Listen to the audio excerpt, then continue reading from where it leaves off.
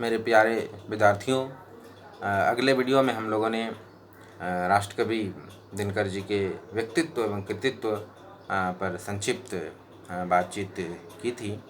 आज हम लोग राष्ट्रकवि दिनकर के बारे में बातचीत करें कि दिनकर के काव्य में राष्ट्रीय तत्व किस तरह से वो राष्ट्रीय कवि कहे जाते हैं, क्यों कहे जाते हैं, क्या उसकी विशेषताएं हैं, आदि विषयों पर हम लोग आज बातचीत करेंगे। सबसे पहले हम लोग राष्ट्रीयता को समझते हैं कि राष्ट्रीयता क्या है, राष्ट्रीयता हम लोग किसे कहेंगे, वगैरह वगैरह। फिर हम लोग दिनकर जी के काव्यों से होते हुए राष्ट्रीयता के तत्वों को पहचानने का काम करेंगे। राष्ट्रीयता का अर्थ किसी देश की भौगोलिक सीमा के भीतर निर्वासित जनसमूह की राजनीतिक, सामाजिक, धार्मिक, सांस्कृतिक और ऐतिहासिक चेतना के समन्वित स्वरूप से है। राष्ट्रीयता एक ऐसी भावना है जो देश की जनता को संगठित रखती है, गुलामी के दिनों में आज़ादी की चेतना फूंकती है, मुक्ति संग्राम में मर मिटने का आह्वान करती है और कवियों तथा रचनाकारों को राष्ट्र, जाति और धर्म की रक्षा के लिए आंदोलन जगाने और राष्ट्र पर सर्वस्व समर्पण की भावना भरने वाली रचनाएं लिखने का प्रोत्साहन भी देती है। इस राष्ट्रीयता का प्रारंभ एक भावना के रूप में 19वीं शताब्दी में हुआ। हिंदी के राष्ट्रीय साहित्य पर पश्चिमी साहित्य का गहरा प्रभाव पड़ा है।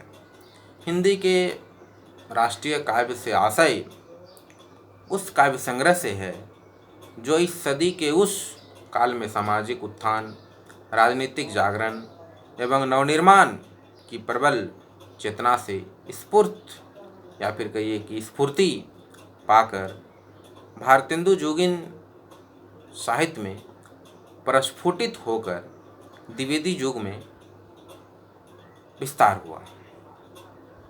वैसे तो राष्ट्रीयता का प्रथम सम्मेलन सन या फिर कहिए कि उन्मेषण सन 1857 के विद्रोह में ही हो चुका था, किंतु सन 1885 के राष्ट्रीय कांग्रेस का जन्म एवं बाल गंगाधर तिलक की स्वराज हमारा जन्मसिद्ध अधिकार के ही कारण वो तेजी या फिर कहिए कि रफ्तार पकड़ती हुई गांधी जी के असहयोग आंदोलन के रूप में सुलगते सुलगते सन 1942 में विध्वंसक ज्वालामुखी के रूप में फूट पड़ी। कविता में द्विवेदी युग के पुरोधा मैथिलीशरण गुप्त की भारत भारती में हम कौन थे, क्या हो गए और क्या होगी अभी के रूप में उसी भावना का तिक्त या फिर कहिए कि उसका प्रकाशन हुआ है। गुप्त जी के कथा काव्यों में हमें गांधीवादी राष्ट्रभक्ति की सुगणित स्वरूप ही मिल पाया था कि राष्ट्रीयता की मशाल लेकर जो विद्रोही कवि का एक कहिए कि मंडल अग्रसर हुई है, उसके प्रतिनिधि थे माखनलाल चतुर्वेदी और बालकृष्ण शर्मा नवीन। आज़ादी की प्रसव पीड़ा आक्रांत भारत जननी के सपूतों की सारी हलचल, सारी ध्वंस एवं मर मिटने की इन कवियों ने बड़ी निर्भीकता से नेतृत्व किया। राष्ट्रीयता की भेदी बजाती हुई दिनकर जी की या की कविताएं, रचनाएं ये मैथिलीशरण माखनलाल चतुर्वेदी जी की रचनाएं हिमकिरीटिनी से में भी उनके जो पद हैं वो मुझे लगता है कि स्मरण हम लोग को करना चाहिए। वो कवि कहते हैं, रक्त है या है नसों से क्षुद्र पानी, जाकर तू शीश दे देकर जवानी। कि आत्मबलिदानी भावना भरती हुई, प्रचलित हुई तो कभी नाश नाश हाँ महानाश की प्रलयंकरी आँख खुल जाए, कभी कुछ ऐसी तान सुनाओ जिससे उथल पुथल मच जाए। इसे बालकृष्ण शर्मा नवीन ने विप्लव गान कविता के माध्यम से उन्होंने कहा है कि कभी कुछ ऐसी तान सुनाओ जिससे उथल पुथल मच जाए। जैसी महाविध्वंसक उत्तेजना फैलती रही। गुप्त जी के बाद राष्ट्रीयता या फिर कहिए कि राष्ट्र कवि के जिस विद्रोही परंपरा को एक भारतीय आत्मा लेकर आगे बढ़े, दिनकर जी उसी परंपरा की चरम उपलब्धि है। उनके काव्य में विद्रोही राष्ट्रीयता के सभी तत्व भरपूर मात्रा में मिल जाते हैं। दिनकर जी भारतीय या फिर कहिए कि स्वतंत्र भारत के प्रबल समर्थक और पोषक कवि हैं। जनजागरण के वाहक, विद्रोही और क्रांतिकारी राष्ट्रीय कवि हैं। और बिहार और बंगाल के आतंकवादी युवकों द्वारा सर्जित या फिर कहिए कि षड्यंत्र क्या हुआ विस्फोट वातावरण को उन्होंने समीप से ही नहीं देखा, हृदय से सराहा भी है। इसी परिवेश ने उनके व्यक्तित्व को प्रभावित किया है। कवि का आत्ममंथन कहिए या फिर कहिए कि आत्मकथन मुझे याद आ रहा है, जिसमें कवि कहते हैं कि राष्ट्रीयता मेरे व्यक्तित्व के भीतर से नहीं जन्मी, उसने बाहर से आकर मुझे आक्रांत किया है। ठीक है, राष्ट्रीयता मेरे व्यक्तित्व के भीतर से नहीं जन्मी, उसने बाहर से आकर मुझे आक्रांत किया है, मतलब परेशान किया है, जकड़ा है, प्रभावित किया है।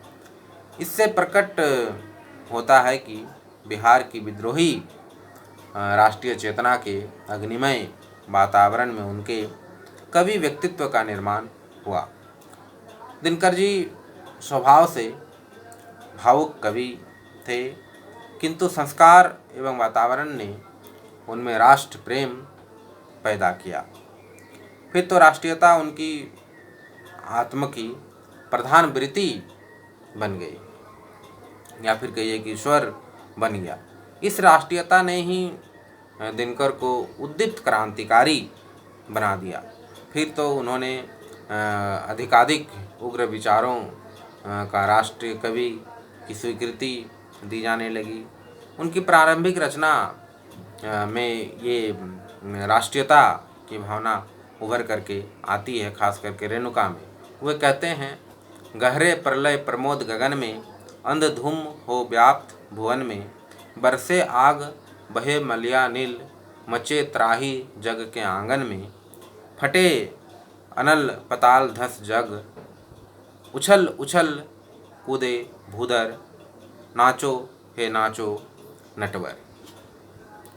रेणुका का क्रांति स्वर वीर भगत सिंह के उपासक युवकों के श्रद्धाभाव का पूरक है। हुंकार में पहुंचकर तो यही पागलपन का रूप ले लेता है और कभी आत्मसंतुलन होकर नाश और विध्वंस के कट्टर स्वर में चीख उठता है। नहीं जीते जो सकता देख, नहीं जीते जो सकता देख, विश्व में झुका तुम्हारा भाल, वेदना मधु का भी कर पान, आज उगलूंगा गरल कराल। ये हुंकार में ये पंक्तियाँ है। फिर हिमालय में क्रांति का सही लालिमा भूषण की रंगिनी और लेनिन के दिल में चिंगारी की तरह फूट पड़ती है। कभी चीख चीख कर जागते हुए कहता है, जुग मर्दित यौवन की ज्वाला, जाग जागरी क्रांति कुमारी। दिनकर जी के काव्य में राष्ट्र के प्रति गौरवगान के साथ राजनीतिक तथा सामाजिक क्रांति के जो प्रखर स्वर गूंजते थे, उसने असंख्य युवकों के हृदयों को स्फूर्ति से भर दिया था। काव्य के प्रारंभ में कवि को क्रांति वाहिका के रूप में ग्रहण करता है। उन्होंने क्रांति कुमारी की अर्चना उग्रतावादी स्वरों द्वारा की है। उनकी प्रथम कृति रेणुका के द्वारा समाज में क्रांति का बीजारोपण हो चुका है। वे पराधीन देश की आत्मा में छिपी चिंगारी के बारे में कहता है, अभुदी अस्तल बीच भी यह सुलग रही है कौन आग। ठीक है, अबूदी अस्तल बीच भी यह सुलग रही है कौन आग। रेणुका के मंगल या फिर कहिए मंगल आह्वान प्रारंभिक काव्य में भी वही स्वर वो देखने को मिलता है, जिससे जो हमारे फूकी श्रृंगार कहिए कि जो सोए हुए प्राणों को या फिर भारतीयों को, वो जन समूहों को जगाने का आह्वान वो करते हैं। और उसके वो कहते हैं, आह्वान करते हुए कहते हैं कि दो आदेश फूंक दूं, श्रृंगी उठे प्रभाती राग महान। तीनों काल ध्वनित हो स्वर में, जागे सुषुप्त भुवन के प्राण। गत विभूति भावी की आशा ले जुगधर्म पुकार उठे, सिंहों की धन अंध गुहा में जागृत की हुंकार उठे। कभी ऐसे स्वरों को गाना चाहता है जिससे सारी सृष्टि सिहर उठे, ठीक है, कांप उठे। उन्होंने देश में व्याप्त अत्याचार, आडंबर और अहंकार को दूर करने के लिए शंकर के तांडव और विध्वंस की कामना करता है। मजदूर और किसानों की समस्या का समाधान कवि साम्यवाद की स्थापना और क्रांति में ही ढूंढता है। क्रांति बनकर कवि की राष्ट्रीयता में रूपांतर होती है। वो क्रांति कुमारी को जगाता है और जगाते हुए कहता है, उठ भूषण की भाव तरंगिनी, लेलिन के दल की चिंगारी। जुग मर्दित यौवन की ज्वाला, जाग जागरी क्रांति कुमारी। आज़ादी प्राप्ति के लिए देश में क्रांतिकारी दल जिस प्रकार की कार्यवाही में संलग्न था, कभी उसका समर्थन करता है। उसे हिंसात्मक क्रांति में श्रद्धा है। दिनकर की क्रांति भावना पर बंगाल बिहार के क्रांतिकारी षड्यंत्रों में बम विस्फोटों का सहारा लेने वाले आतंकवादियों का प्रभाव है, और यह प्रभाव इतना गहरा बनता गया है कि गांधी जी की श्रद्धा भावना से भी उसकी उग्रता में कहीं व्याघात नहीं आने पाया है। वह हिमालय में युद्ध और विध्वंस का आह्वान करते हुए गांधी की शांति नीति की जगह आतंकवाद और क्रांति को महत्व देते हुए कहते हैं, रे रुक युधिष्ठिर को न यहाँ, जाने दे उनको स्वर्ग धीर। पर फिरा हमें गांडीव गदा, लौटा दे अर्जुन भीम वीर। इसमें अर्जुन भीम तत्कालीन आतंकवादियों के प्रतीक हैं। कवि त्याग तप को छोड़कर ऐसे ही युवकों का आह्वान करते हुए कहता है, नवजुवक शंख ध्वनि जगा रही, तू जाग जाग मेरे विशाल। दिनकर जी ने उग्र स्वर पर सन 1942 के जन विद्रोह एवं आज़ाद हिंद फौज के मुक्ति अभियान का भी गहरा प्रभाव पड़ा है। भारत छोड़ो की घोषणा और जयप्रकाश जी के क्रांतिकारी, ओजस्वी एवं कर्मनिष्ठ व्यक्तित्व की जीवित अनुभूति दिनकर जी के काव्यों में परिलक्षित होता है। जयप्रकाश आंदोलन या फिर कहिए कि जयप्रकाश जी कवि के लिए क्रांति की आत्म बलिदानी भावना का प्रतीक रहा है। सिर पर कफन बांधकर सर्वस्व निछावर कर देने वाले राष्ट्रभक्ति का वाचक रहा है। युवा क्रांति के उस युग पुरुष के प्रति कवि की भावभीनी याचना द्रष्टव्य है। कवि कहता है, जय हो भारत के नए खड़ग, जय तरुणी के सेनानी, जय नई आग, जय नई ज्योति, जय नए लक्ष्य के अभिमानी। है जयप्रकाश वह जो न कभी सीमित रह सकता घेरे में, अपनी मसाल जो जला बांटता फिरता ज्योति अंधेरे में।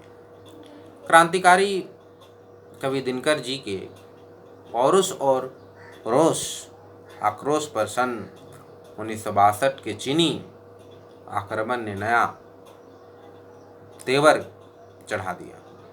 फिर तो क्रांति का जो ज्वालामुखी अब तक रेणुका और हुंकार की रचनाओं में धधक रहा था, पराजित मन स्थिति की बेला में वही क्रांति कवि कंठ से रक्षा के लिए चिंतकों, ऋषियों और योगियों तक सारे भारत को रण की ओर ले जाने का आह्वान करता है। उसकी दृष्टि ने नए भारत का भाग्य पुरुष परशुराम के स्वदेश रक्षक शौर्यदीप्ति सौ पुरुष के आवरण को कवि देख रहा है। उस अवतारी पुरुष के रूप का उन्होंने के बारे में कहा है एक हाथ में परशु, एक में कुश, आ रहा नए भारत का भाग्य पुरुष। परशुराम के बारे में उन्होंने परशुराम की प्रतीक्षा काव्य रचना में उन्होंने इन काव्य पंक्तियों का जिक्र किया है। जनता जागी हुई है, कविता में मुक्ति की बाजी जीतने के लिए जीवन को मरण के दांव पर लगाने को ललकार करते हुए कवि कहते हैं, खेल मरण का खेल मुक्ति का ही पहली बाजी है। सिर पर उठा ब्रज, आँखों पर से हरि का अभिशाप, अग्नि स्नान के बिना धुलेगा नहीं राष्ट्र का पाप। दिनकर जी की राष्ट्रीयता आरंभ से ही क्रांतिकारी रही है, जिसमें पराक्रम, ओज एवं विस्फोटक प्रलय की अग्नि सतत सुलगती रही। क्रांति उसका अभिष्ट उपकरण है। इसके लिए क्रांति साध्य नहीं, साधन है। साध्य तो है देश की सुख, शांति और समृद्धि। क्रांति ही इन सबको संभव बनाती है। इस क्रांति गर्जन के माध्यम से कवि राजनीतिक आज़ादी की प्राप्ति चाहता है और आज़ादी के बाद सच्चे सुख के अभाव को देख पुनः आक्रामक स्वरूप लेकर आता है। दिनकर की क्रांति स्वर नारेबाजी ही नहीं, क्रियाशीलता और कर्मठता का भी पर्याय रहा। रेणुका से हुंकार तक आते आते क्रांति का यह स्वर स्थिरता और पूर्णता प्राप्त करता है।